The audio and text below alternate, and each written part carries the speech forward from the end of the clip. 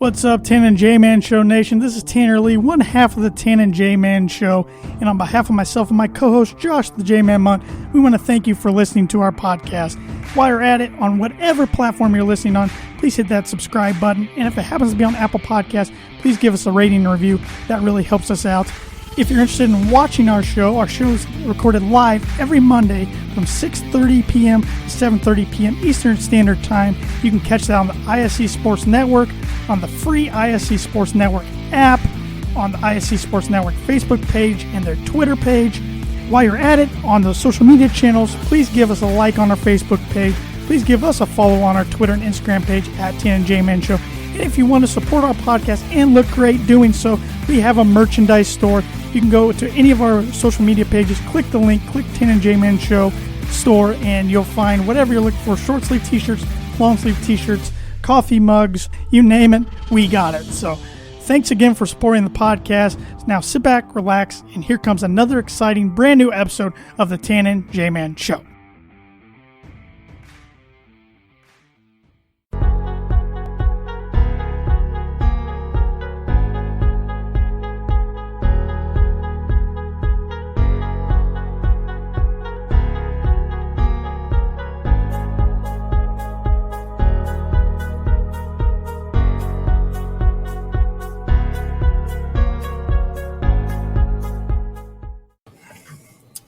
Welcome back to another episode of the Tan and J-Man Show. It's Monday night. You know what that means. It does mean a brand new episode of the Tan and J-Man Show, episode 244 to be exact.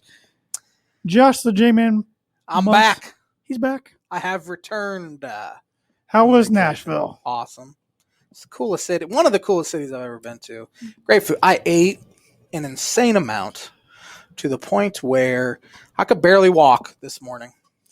I already know this answer because you don't like spicy food, but did you have the Nashville hot chicken sandwich? Twice. You did? Yeah. Well, I had a Nashville hot chicken pizza at a restaurant. Oh, that sounds pretty good. Good. And then I had a Nashville hot chicken sandwich at Jason Aldean's bar. Nice. There, in Nashville, I had a lot of barbecue. Got to load up on the barbecue. I had ribs one day. I had brisket and pulled pork another day. Mac and cheese a couple times. Make me hungry. Well, we just had Burger King, and that just did not live up to. There'd be a problem if it did. That's a good point. That'd be a real big or a great problem. Oh, that's true. Yeah. Well, it sounded like you had a good time. The good city's time. still standing. You didn't burn it to the ground. Didn't burn it to the ground. I was in bed by about 11:30 every night. You're an old man.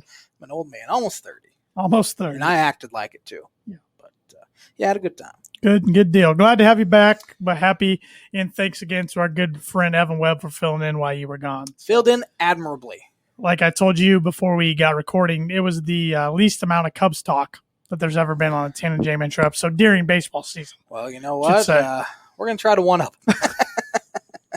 That might make some viewers and listeners happy. Others, not so much. I have a Birdie Bogey question for you tonight. Yeah. NBA question. Oh, just fantastic. You might have seen this. Probably didn't. Giannis Antetokounmpo. Good pronunciation. Chris Middleton. Yeah. Became the second pair of teammates ever to each have 500 points and 100 assists in a single postseason. I did not see this. Who were the other pair to have done this? 500 points. Yes. And 100 assists in a single postseason.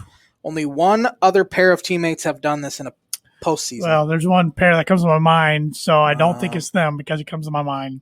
Well, it might. I think you have a pretty good shot tonight. There's obviously quite a few answers you can get.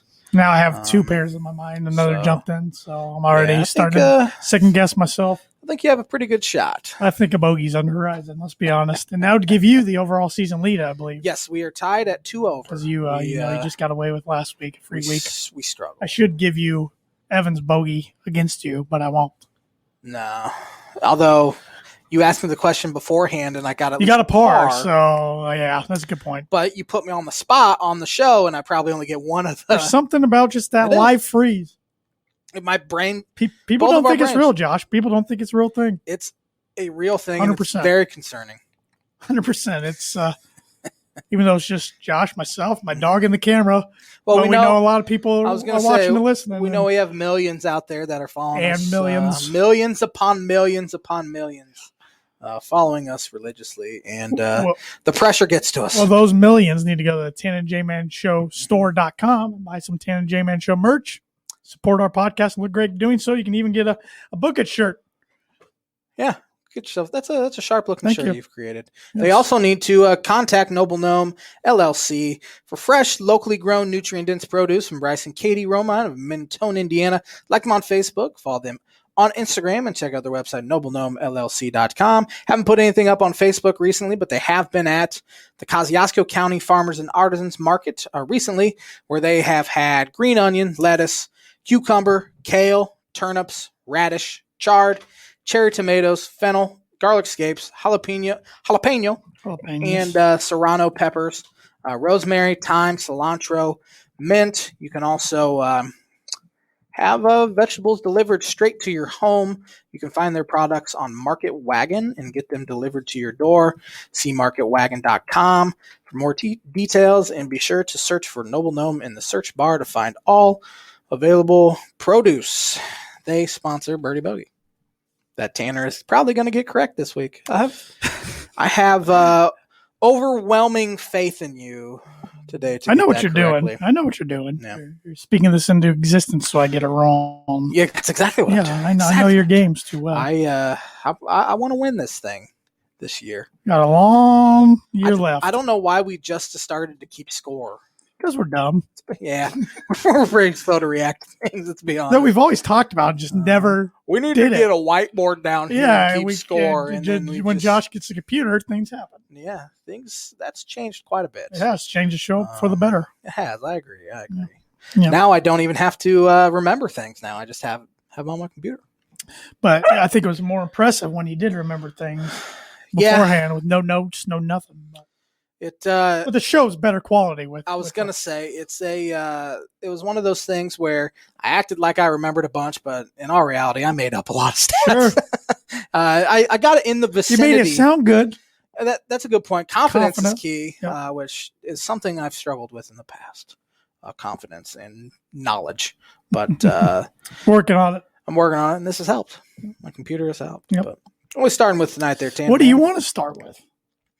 Let's start with the Open. Yeah. The Open Championship, or as I'm always going to call it, the British Open Championship.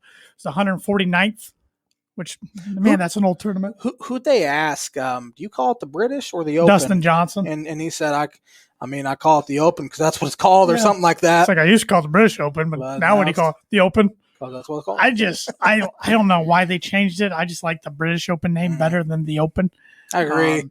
To a lot of golfers, this is their favorite tournament every year. Really? Chris Smith, friend of the show and the co-founder of Circle 15 Golf, he said he's played 2 British Opens. One was at Royal St. George's, which held this year's British Open. So it's by far his favorite tournament. It's just golf. It's link style. Yeah, golf. Very few trees, right? Very few. I think this course had one. Just one tree, and it's just wide open. Not water. I mean, it's just hit it as far as you can. You don't want to get in the fescue, the grass up to your hip. Yeah, that's where you get penalized. But the one thing I was disappointed with, and nobody could control it, was when I watch my British Opens, I want to see at least 1, if not 2 days of nasty weather, wind, rain. Who can be mentally tough? Well, it was pretty much their summer over there with 70 degrees, gentle winds all week.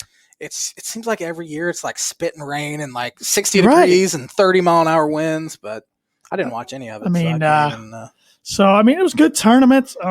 Didn't treat Phil Mickelson too well.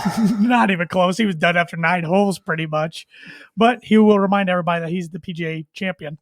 I'm sure he cares, but after a little while when you're playing bad, you're like, whatever. Yeah. But a lot of guys are in the hunt. Louis Oosthuizen in the hunt once again, but he actually didn't finish runner-up. If he would have got runner-up, it would have been the 7th runner-up.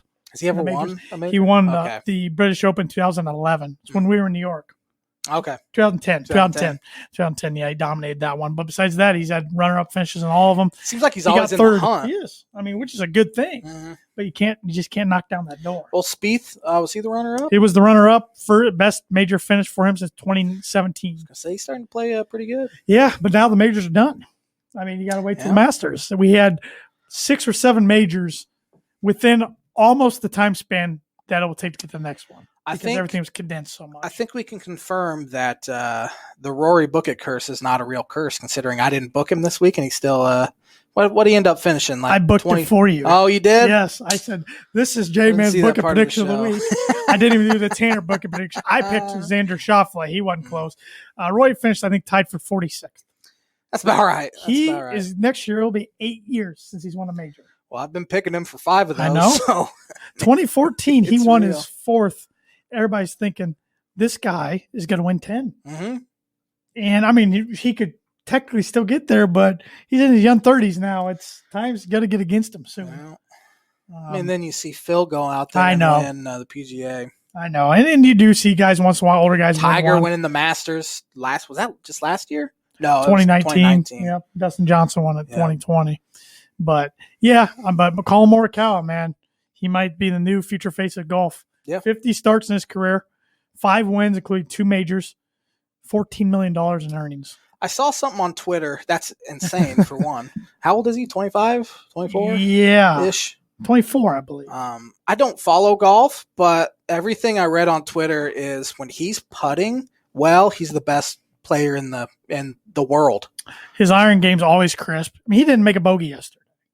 He was just in the zone, and he didn't make mistakes. That was the big thing. Spieth, what killed him on Saturday, he finished, I think it was bogey on Saturday, and he missed a 1.5-foot par putt on one of the closing 2 holes. That hurts when you end up losing the tournament by 2 or 3 strokes. Mm-hmm. But Morikawa, he is one of the 4 representatives for the U.S. in the Olympics. It's got to be him, Xander Schauffele, Bryson DeChambeau, and Justin Thomas. But I feel like he really needs to even get more respect to his name than he is because he's an upcoming superstar, but he also needs to keep with it. I mean, don't be satisfied that you have 2 because you might never get one again. Yeah, it seems like that's happened quite a bit. I mean, as we said, Rory hasn't won one in a while. Jordan. Spieth hasn't won one in a while, and he went through a slump where is he even good anymore? It's kind of a question we were asking. Right. But it seems like Morikawa, for whatever reason, he won't have that sort of. He seems pretty driven to continue. He was good in college. Like all these guys are good in college. Where'd he go? I think UCLA. I think. I could be wrong about that, but that sounds right in my head. Or Cal. No, I think he went to Cal. See, now I'm going to look it up. Same conference, same state, but I think he went to Cal. But Morikawa got it done. But, of course, did I get it right? He went to Stanford. I'm just kidding. I don't know. It doesn't say. He went to Cal Berkeley. All right. Glad I changed that. Right. Yeah. So, he's a Golden Bear. He wasn't a Bruin. He's only 24. Their nicknames are even close.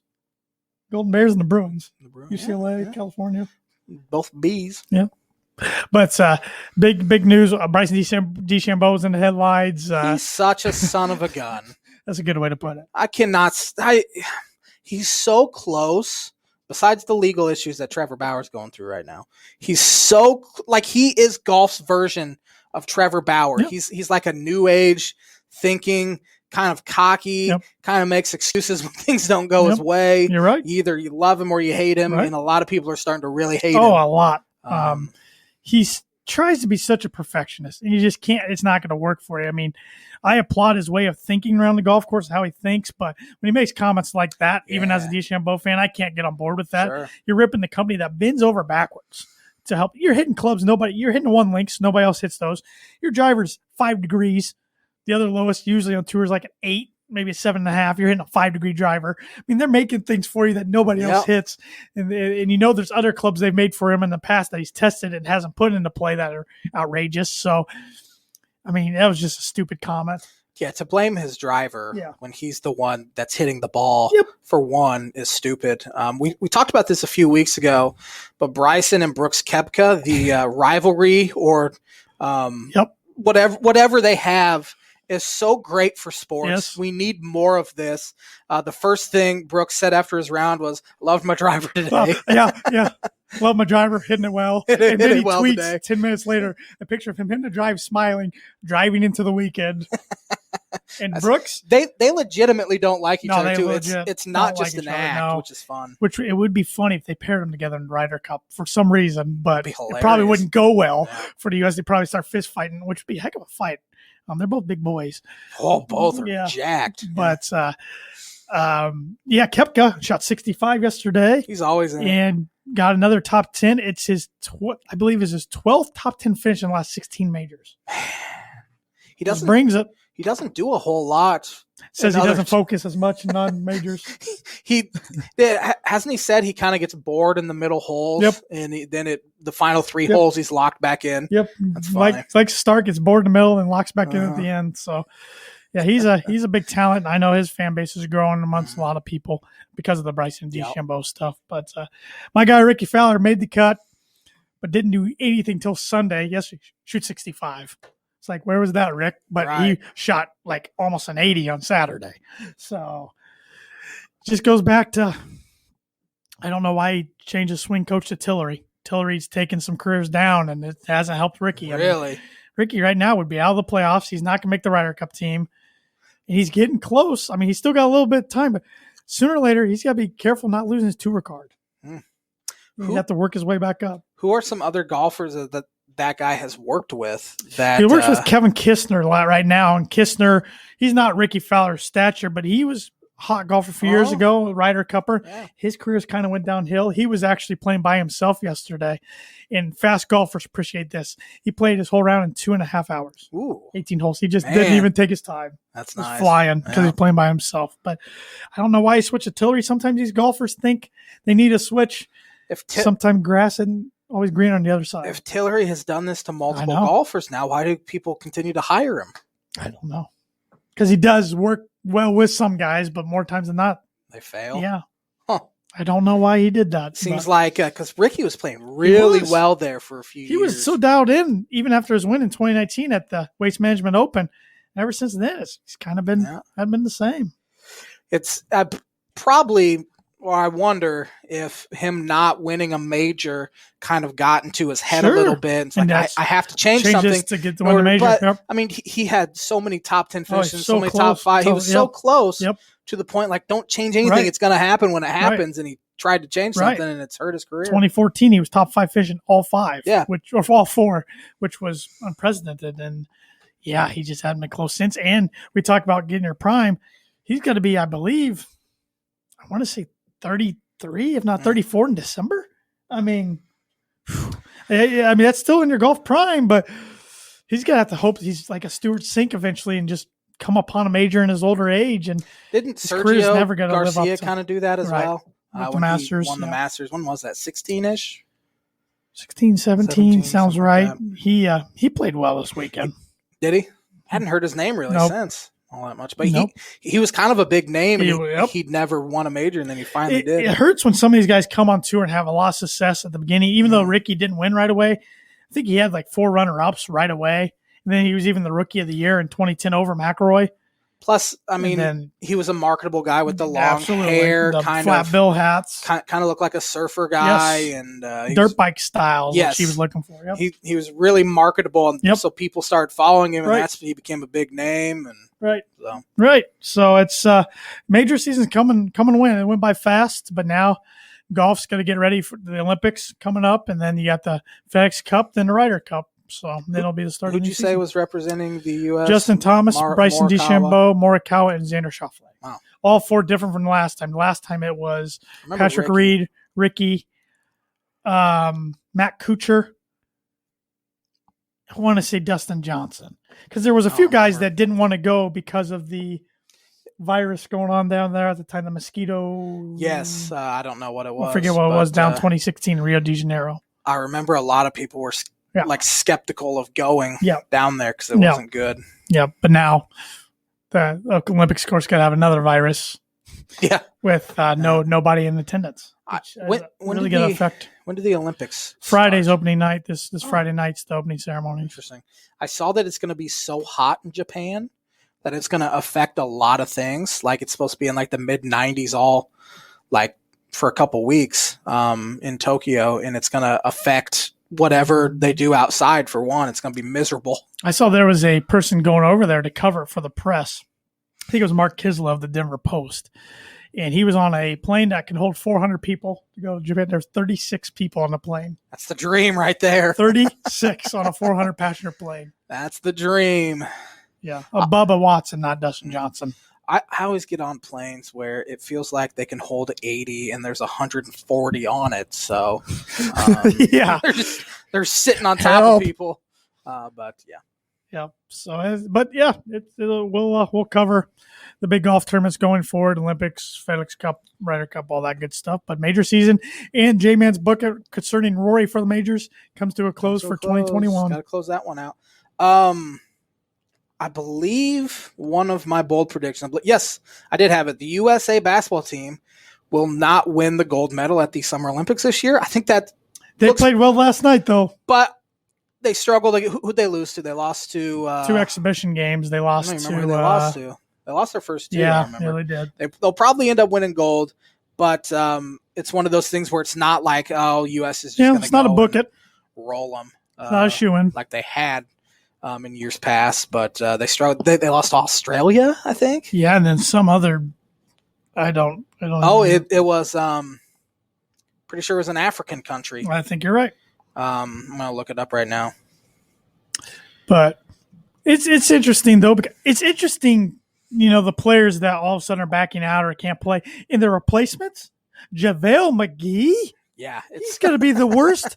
Nigeria. He's going to be by far the worst representative of a U.S. Olympic basketball team ever. Not even close. I didn't know he's still in the league. He's not even like a guy you would think of at any NBA game. Like, JaVale's out there. This is going to be rough for us tonight. I mean, he's like the 11th, 12th man on the roster, and he's on our Olympic team. Are you kidding me? Some like they still have the Kevin Durant's are still out there. I forget who else. Dame Lillard. Damian, okay, he's good, but it's not like a dream team where you have LeBron and no, but they still shouldn't lose. They should. They lost to Nigeria, only exhibition, of course, 90-87. Lost to Australia, 91-83. Then blew out Argentina, and then won yesterday against Spain by 7. But again, it's just exhibition. So they're working out the kinks. They start with, on Sunday, they play France, which that's always a tough one. Then they have Iran on Wednesday, Czech Republic on Saturday, July 31st. So you can catch those at about 8 in the morning. I'll pass. I won't watch a single game. I'm rooting for anyone except the U.S. in the basketball. I don't like I don't like the NBA, so I don't like the guys that are on the roster. This Olympics is going to be hard for me to watch with no fans attendance. No Michael Phelps. Right. I mean, even the Olympic athletes are really good. They're nervous about not having fans there because a lot of them get energized by the fan attendance. So. What's your favorite summer sport? I like watching track. Really? Yeah. My favorite is by far indoor volleyball. They hit that thing so hard, men and women's both. There's no way we'd be able to return a single serve if we're out there. We'd break our face. You see that in college volleyball. Yeah, it's impressive how good and how athletic these guys are jumping. And just for some reason, I remember in 2016, just being mesmerized by how hard they hit these balls. And another Katie Ledecky, I guess, is the female version of Michael Phelps. Is she swimming? I assume she's swimming this year. I don't know. I don't either. We're bad at Olympics. We don't care. I don't know why we brought this up to talk basketball and it really shifted. Yep, she tweeted 6 days ago that she was going. So you know who really fell off? Missy Franklin. I think didn't she start to focus on college and did she? Yeah, because she was huge. She was at Stanford, right? Yeah, Cal Berkeley. We're really big. PAC-12. I was gonna say you're really bad at. Had the conference. She's 26 now, so her Olympic career is kind of right on. Isn't that crazy? It is crazy. It's like tennis players. She absolutely won't come out of retirement after suffering multiple shoulder injuries. Oh, there we go. So she announced her retirement in 2018. There we go. That's all right. Yeah, I learned something today. She won 5 gold medals, though. It's pretty good. She's pretty good. Yep. So. Well, you want to get educated? Let's hear it. All right, let's talk about some sporting events that have happened today on July 19th. It's brought to you by Proforma Print House. Let's see here. The first Wimbledon men's tennis tournament was held on this day in 1877. I won't even have you guess who won it. What country? Doesn't say what. Englishman. Reginald. He was a racket player. Reginald Poofta. Spencer Gore beat William Marshall 6'1", 6'2", 6'4". He was my second guess. Yeah, it was. The first Tour de France took place on this day in 1903. I don't think it was Lance. It wasn't Lance. It's the only. Who was the other really good? Floyd Landis? It wasn't he the other one that got in trouble with steroids? Yeah, he was the other one they got. There was another one that was pretty good issue. at the same time that Lance Forgot Armstrong about Floyd was. Landis. Hadn't heard that name in years. On this day in 1910, a guy named Cy Young won his 500th game as the Cleveland Naps beat the Washington Senators 5-2 in 11 innings. The only pitcher in MLB history to reach that milestone. Do you know how many he ended up with? Wins? 511? 511. Yep. There's an award named after him for the best pitcher in each league, if you didn't know that. I did. We talked about Cy Young last week. If you would watch or listen to the podcast. I was on vacation. Could have caught up on last night to do some studying for tonight. I forgot. Yeah. Fair enough. I'll let this one go. On the day 1920, Babe Ruth hit his 30th home run of the 1920 baseball season, breaking his own single-season record. He would attain 54 throughout the season before breaking that record the following season. We have Babe Ruth reincarnated in Shohei Ohtani this year. Didn't do well in the home run derby, but not all his fault. Kind of disappointed. I was really disappointed in Joey Gallo's performance. I thought his pitching wasn't the best. Pitching, I didn't watch a whole lot. But still, yeah, he didn't. He had a lot of ground balls. His light tower power in a home run derby, I thought would be insane, but it wasn't. Especially in Colorado. Pete Alonso, man, he just killed everybody. I cannot stand that guy for some reason. On this day, 1933 is the first time in the MLB two brothers on opposing teams hit home runs in the same game. What are their names? Rick Farrell and Wes Farrell, the Red Sox and the Indians. Never heard of either of them. On this day, 1950, the New York Yankees signed their first African-American players, Elston Howard and Frank Baines. I've heard of Elston. On this day, 1952, the 15th Summer Olympic Games were held where? What year? 1952. 1952. Not in the U.S.? Not in the U.S. I'm going to go with 1952. 1952. Who didn't have a war then? Definitely wasn't the Koreas. I'm going to go with, probably wasn't Germany at that point, let's be honest. Wasn't Germany. Probably wasn't Soviet Union. I'm going to go with London. Finland. Close. Helsinki, Finland. On this day, 1964, who won the PGA Championship? 64. I'm going to go with Arnold Palmer. It was Bobby Nichols won his only major title by 3 strokes over the big two of Arnold Palmer and Jack Nicklaus. So close. Led wire to wire. I like Arnold Palmer's drink if you take out the sweet tea. Yeah. And just have lemonade. How about lemonade and unsweet tea? Hate tea. No? All forms of tea. Disgusting. Let's see here. On this day, 1977, the 48th MLB All-Star Game was held in New York at Yankee Stadium. 77. The NL won 7-5. Who was the MVP? NL pitcher. NL pitcher? Yep. I'm going to go with Don Drysdale. Don Sutton. Crap. Don Sutton of the Dodgers. That's who I meant to. That's the worst part of it. I said Drysdale. I feel like you cheated at my screen and still missed it. No. On this day, 1980, the Summer Olympic Games were held where? 1980? Yep. Summer Olympic Games. You should get this one. Were held in the U.S.? No, but 66 nations boycotted this event because of a war going on. Probably in the Soviet Union. Moscow, Russia. Yeah. Cold War. It was because of the Soviet-Afghan War. Don Drysdale retired in 69. Come on, Josh. On this day, 1981, who won the men's British Open?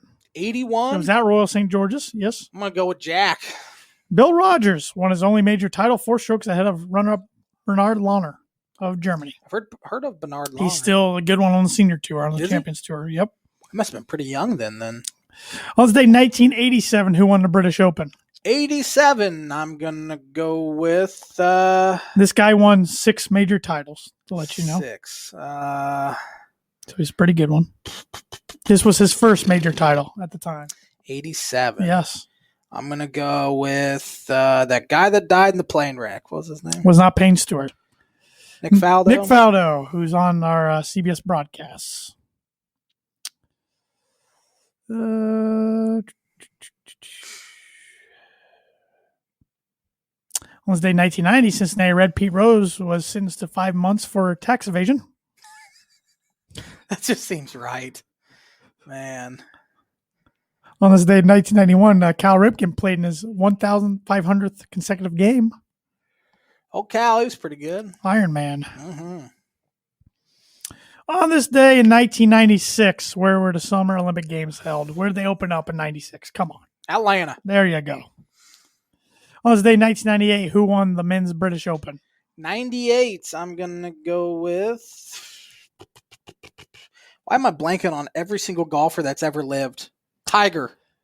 Good guess, but Mark O'Meara won his second major championship of that year and his first Open title by 2 in a 4-hole inaugural playoff with fellow American Brian Watts. Never heard of Watts. I never had either.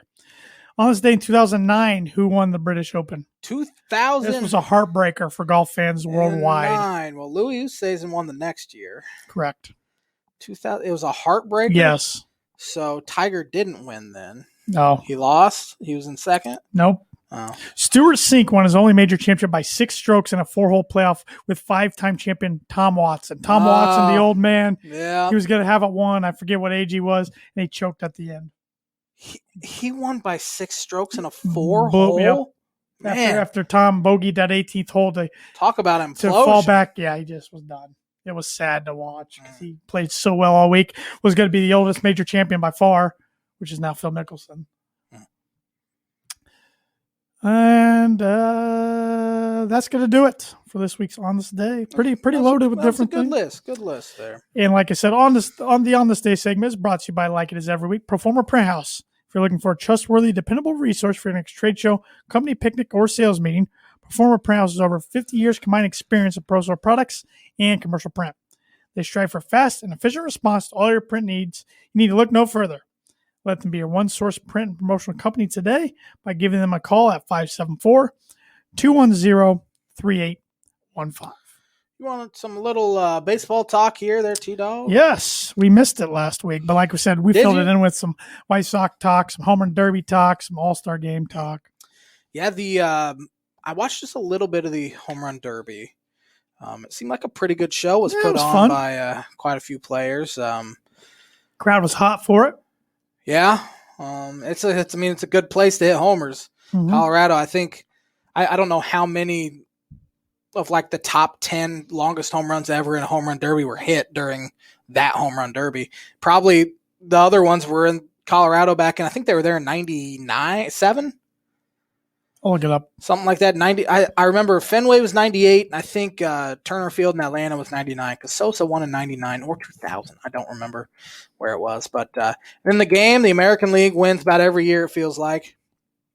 But Vlad Guerrero hit like a 9,000-foot homer. Did you watch any of the All-Star game? A little game? bit, but I saw the highlight of his homer. I wasn't watching live when that happened. It went on to the concourse off of Corbin Burns, who's been arguably the best pitcher 98 Coors Field, because Ken Griffey Jr. put on a show in that. Yes, I remember that. Sosa won in 2000. 2000 at Turner. Fenway was 99. That was Griffey's third win. I remember the one at Safeco in 2001 because it was Cal Ripken's last. Yep. And A-Rod was the starting shortstop, and Ripken was going to be at third base, but A-Rod moved over to third, so Cal could play a short. And then, of course, Cal hits a homer in that game as well, which is pretty cool. But as far as what's going on in the major leagues, my Cubs report is going to be awfully short from here on out. You never know. They're at about the same spot as they were 2 weeks ago when I did this. They're 9 games out. Brewers just continue to win. Cubs continue to play just mediocre to bad baseball. They're a bad team, bad starting pitching. The offense is horrendous. They've started the sell-off already. Jock Peterson going to the Atlanta Braves for... That didn't surprise you. You've been calling that move for a while. He was just a 1-year deal, kind of a rental. And with the Atlanta Braves losing Ronald Acuna Jr. for the season. Oh, that was hard to watch. With a torn ACL. Yeah, I was watching it live when it happened. It looked kind of innocent, but he blows out his ACL. Atlanta needs some production. The crazy thing is the Braves have a worse record than the Cubs do right now, but they play in a much worse division with them only being 4 games behind the New York Mets. Mets are going to choke it, dude. The way they're playing lately. They got very fortunate to win yesterday after getting down 6-0 in the first inning. Taijuan Walker bats a ball away. That was in fair territory, 3-run score. It was kind of a What was it, the classic, night before, or was it even the night before that where ended up being a walk-off homer, but the pitcher's pointing up like it's a sac fly? He thought it was an easy third out. Jeez, that's embarrassing. Jacob Stallings hits a walk-off grand slam just the night before where the Mets blew a 6-run lead in the 9th inning. Phillies are right there, though. They're only 2 games behind the Mets. That's a terrible division. Jacob deGrom just put on the injured list. Francisco Lindor has a quad issue, and they don't know how long he's going to be out. So they're in desperate need of some offensive production, and one guy that's been mentioned a bunch here the past few days is Chris Bryant. Potentially going to the New York Mets. He was the hot name in the offseason, and he was linked to the New York Mets a bunch in the offseason, and you knew it'd heat up once the Cubs lost 11 in a row, and it's heating up pretty good right now. Cubs have been scouting the Mets minor league system pretty ferociously the past few weeks. Some of their top guys there, and the Mets will be reluctant to trade some of their top names, and the Cubs don't have to trade Chris Bryant. Just to trade him. I mean, it's not there to save money. You got to get the best sort of deal imaginable in order to trade him. Because if you don't trade him, you can offer him a I don't even remember what it's called, but it's a thing you can offer him. What is it called? Tanner, help me out. In the offseason, I don't know what you're talking about. Qualifying offer. There you go. It was on the tip of my tongue, Josh. Man, you're tired. I have had a lack of sleep here last night, but a qualifying offer, and should he accept it, he's coming back for 1 more year. If he declines it, Cubs will get a compensatory draft pick. So you don't have to trade him, but I think those rumors will really heat up here. Cubs have another number of guys that could be potential trade targets for any team in the major leagues. Anthony Rizzo, which is a guy we know you'll blow up about that. I'll be upset, but at the same time, he's on the wrong side of 30, and he hasn't been productive the past 2 years. So maybe it's time. I want him to be a Cub forever, but who knows if that's even going to happen. It is interesting. The Cubs have picked up 2 first basemen off waivers the past couple weeks. Could that be a sign of things to come? Including one yesterday, and it could, just in case they do trade an Anthony Rizzo, or it could just be they like this bat and needed him for depth. Down in the minor leagues or whatever, but no one really knows. Javier Baez's name's also been mentioned as a potential trade target. John Heyman, national writers, suggest that Javi Baez wants $200 million this offseason, which is something he probably won't even get half of that based on his production the past 2 years. His on-base percentage being under 300, swinging and missing more than he ever has, walking less than he ever has, and he's already never walked a bunch. He still plays great defense and will hit the ball to the ballpark, but he's not a player I'd want to give $200 million, and I can't imagine any other team does do that. Craig Kimbrell he's kind of known as the guy that will be the absolute hottest trade commodity come the trade deadline, which is July 30th this year. Not the 31st like it is every year, because the 31st is on a Saturday, and the league office doesn't want to work on a Saturday. That's wow. That's literally the reason they have told it's a weekend. Which I mean, if I work in the league office, I'd be like, thank you so much for doing that. But it's interesting. It's the first. Well, I remember 2 years ago or 3 years ago they had an August 15th trade deadline. That didn't go over well. Then it was back to July 31st.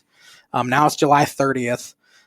So here, we have 11 days for the trade deadline, and things are going to heat up next Friday. It is next Friday. Yeah.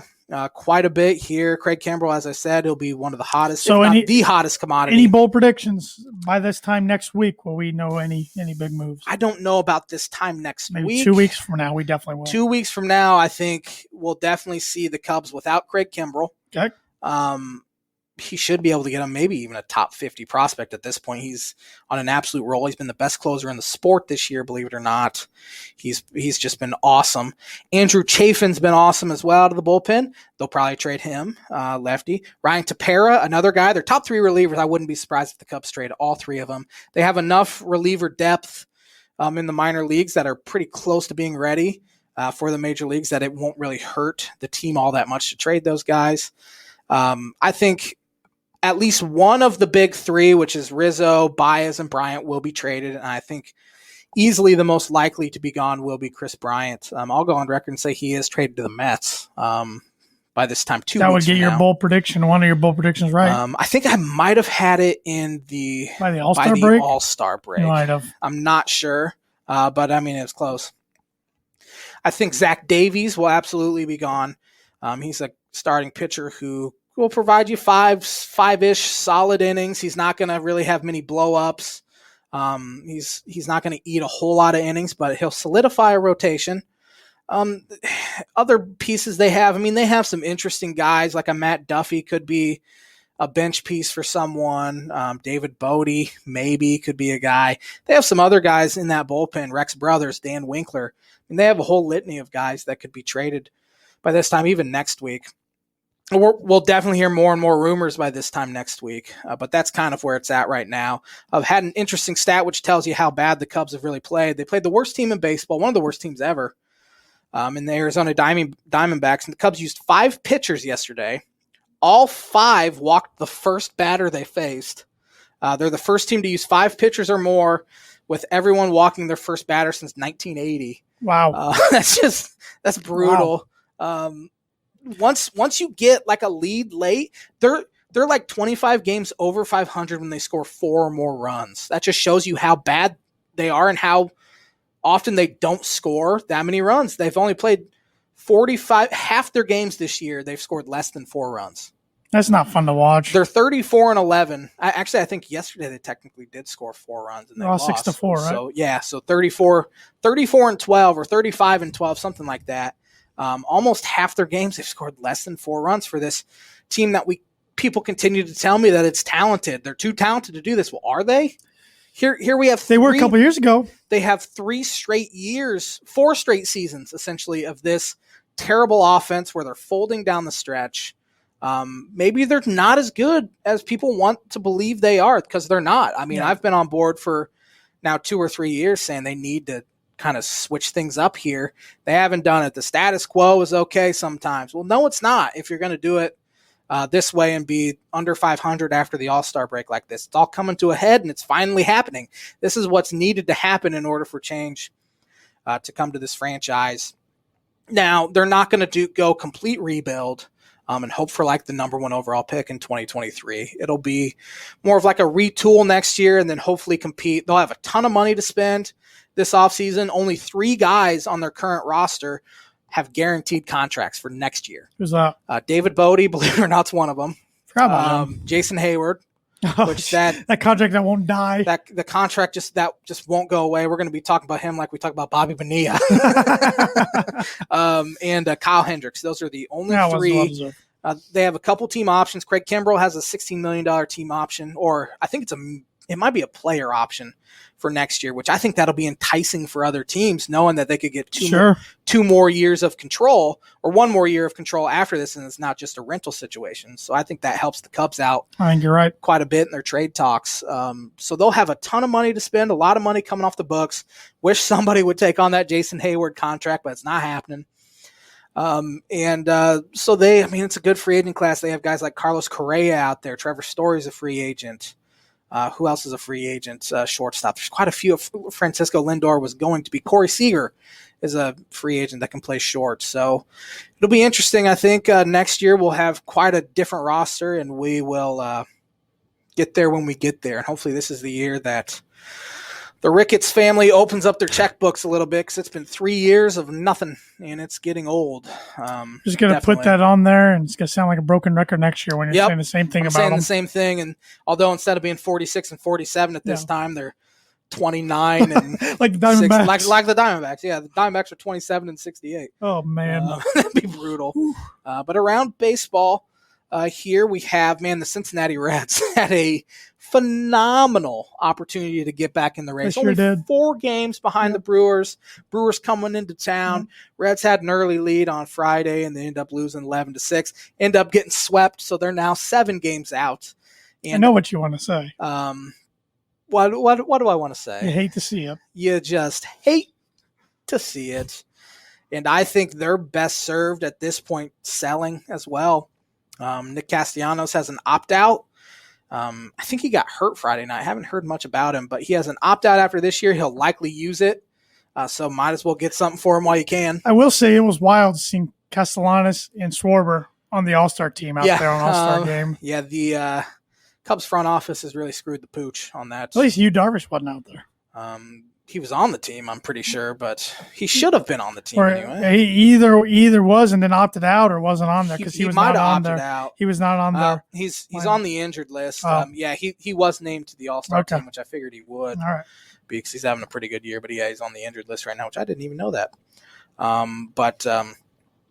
Brewers 56-39. They have one of the best records in baseball. The Giants are still right there in the West. Yeah, we were talking last week. Besides the NL East, we think everything else is pretty set for the playoffs.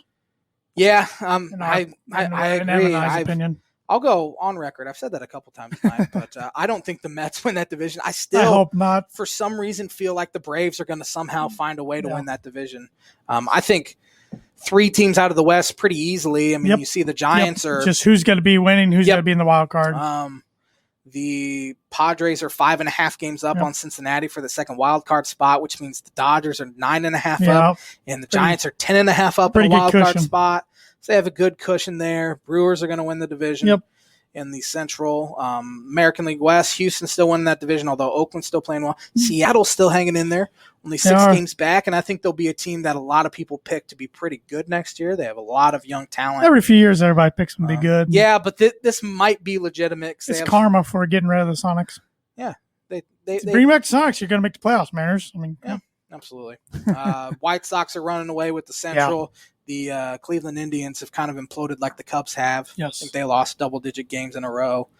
And then the American League East, Boston's still winning by a half game. Yankees needed to win. Got 2 or 3. A few games this made embarrassment of them. So their fans made embarrassment of themselves. Throwing stuff on the field. They're 7 games out though. They're still wanting to buy. It's one of those they have to get hot quick. If they don't, say they have. I don't know how many games they have until the trade deadline. I'll go look it up real quick and see if they play all 11 days until the trade deadline. They don't play tonight, so they'll play. It looks like they'll play 9 games before the trade deadline. I think they have to go 6-3. I would say 7-2 in order to really justify buying.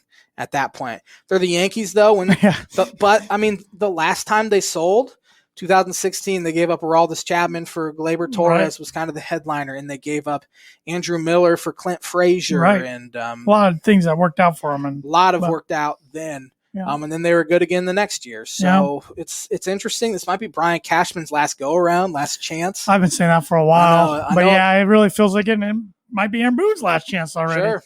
And I know a lot of Yankees fans have wanted Cashman it's just kind of stale. Yeah, it's kind of it's runs its course. Everything's got to come to an end eventually. I mean, new blood in there. Theo Epstein even said he has a 10-year limit. He learned that from Bill Walsh in his book. 10-year limit. After 10 years, it usually doesn't go that well. Still working pro sports, different college athletics.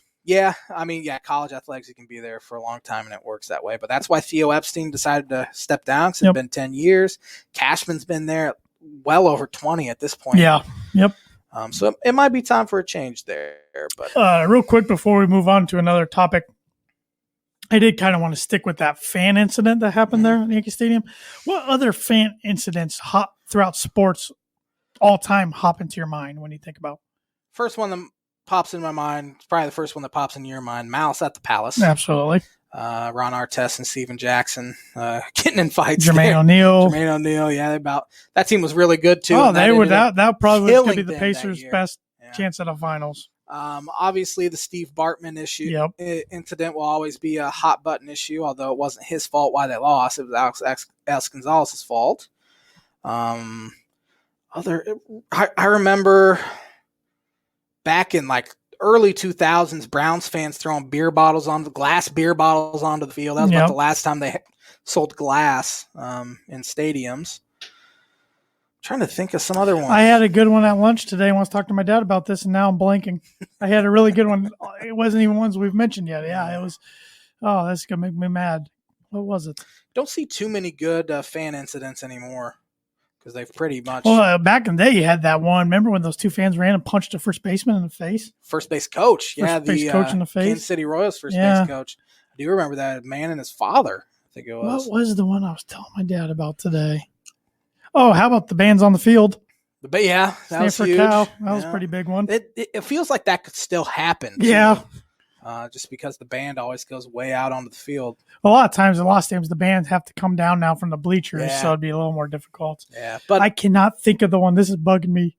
I'm going to think about it when we go off the air. Yeah, sure you are. But it's an interesting question. Yeah. Oh, man, there was a good one I had. I cannot. This episode is brought to you by The Damn Landing. Whether you want an epic burger, hand-tossed pizza, hand-bread tenderloin, seafood, craft beer, or a handcrafted cocktail, The Damn Landing is the place to be. The Damn Landing is a bar and grill located on beautiful Lake Manitou. Focused on freshness and quality, The Damn Smoke is here every single weekend. It features barbecue and steaks. In addition, you can wash it down with one of their 16 beers on tap, including a constant rotation of today's best micro brews and domestic flavors, or a handcrafted cocktail made using fresh ingredients. Taking the fantastic views of Lake Manitou and their beer garden or outdoor bar area. Whether it be boats or wheels, The Damn Landing is the place to be, located at 1305 Ewing Road in Rochester. And this podcast is also brought to you by Circle 15 Golf. Circle 15 Golf is a brand focused on bringing tour quality products and experience to the everyday golfer like the J-Man and myself. Sure. It's built on 25 years of tour experience, featuring the Genesis glove, the most durable and comfortable glove available, and the patented Glove Hub, the first and only glove humidor on the market. Find those products and more. You can find hats, except not this one because this one is sold out. But it's a cool hat. It does have the regular camo, the black camo, and just a regular black hat online, as well as divot repair tools and ball markers and a few other things. You can find all of those products and, like I said, the Genesis glove and the Glove Hub at circle15golf.com. Go check that out. They got some deals going on right now. And this is still bugging me about this fan thing because I know I had a good one. I just can't think of it. But you ready for the word association? Let's hear it. But before we do that, actually, let's talk a little NBA Finals. Oh, yes. The Milwaukee Bucks are up 3-2 after that insane play Drew Holiday made and lobbed to Giannis Antetokounmpo to kind of put it away there. I didn't see this coming. When Phoenix was up 2-0, I'm like, they're going to win this series. And boy, Holiday has got in Chris Paul's head. Yeah, they've figured a way to stop Chris Paul because he went off the first two games. And they have figured a way to stop him. Kind of let Booker get his, but they've contained everybody else. Booker, I think, has the most points ever in a first postseason ever. Is that true? I believe it. That sounds right. Without looking it up. Who you got to take the series? Well, Game 6 is tomorrow night. It's back in Milwaukee. I've flipped on my stance. I think Milwaukee brings it home now. Yeah, this will be the J-Man's Booker prediction of the week. I have a friend that is a Milwaukee Bucks fan, and in his honor, I jumped on the Bucks bandwagon there for a little while, but then I decided to not want to see any Milwaukee fan happy. But I am picking the Bucks in honor of my friend who's a Bucks fan. I think Giannis is too much. I mean, they can't guard him. Who's going to guard him? I mean, they've tried Jay Crowder. That hasn't worked too well. But I think Milwaukee takes it home. Yeah, I also have a friend that's a Bucks fan. She'd be very excited if both of us have a friend. Yeah, mutual friend. Yeah. But I have another friend that's also a Bucks fan. We weren't talking about the same person though. Yeah. That's why I thought I brought the other one up. I have 2 Milwaukee Bucks fan friends. Say that 10 times fast. I don't want to, or the FCC will get at us. J-Man's Book of Prediction of the Week's brought to you by Indiana Farm Bureau Insurance Agent Travis Watchering for life, home, auto, renters, business, workers' comp, and farm insurance. Contact Travis at 219-869-4561, and his email is travis.watchering@infb.com. Selling insurance in Ohio, and he has a free app that you can go download. Yes, he does. All right, so college football, I'm itching. In my itch, the cure for the itch is football season. You got that itch, and it's coming soon. I can feel it. It's gonna be here. Camps are gonna start soon. Training camps at college. Just looking forward to Big Ten Media Days are Friday. You always love that. I do. It's in Indianapolis for the first time ever this year instead of Chicago. I've been in Chicago since like '72. They switched to Indianapolis. It's in person. I didn't even know it's not on Zoom. Didn't even know they were doing Media Days back in the '70s. Yeah. So it's just looking forward to it. This is really the first thing media personnel can cover in person since the start. So I'm sure the media is really looking forward to it. I just hope they Stick mainly to football for the talk. I hope so. It's football season. We'll see. But with that said, we're coming up on football season. So, spoiler alert: majority of the weeks I do these leading up to college football are going to be conferences. Sure. And I want you to give me the first college football thought that comes to your head when I name the team. And we've talked a lot about the Pac-12 tonight because whether it was Colin Morikawa or Mississippi Franklin or the bands on the field or whatever, Cal, UCLA, Stanford, they've come up. So I made up my mind we're doing Pac-12 tonight. All righty. Alphabetical order. First up, the Arizona Wildcats. Khalil Tate.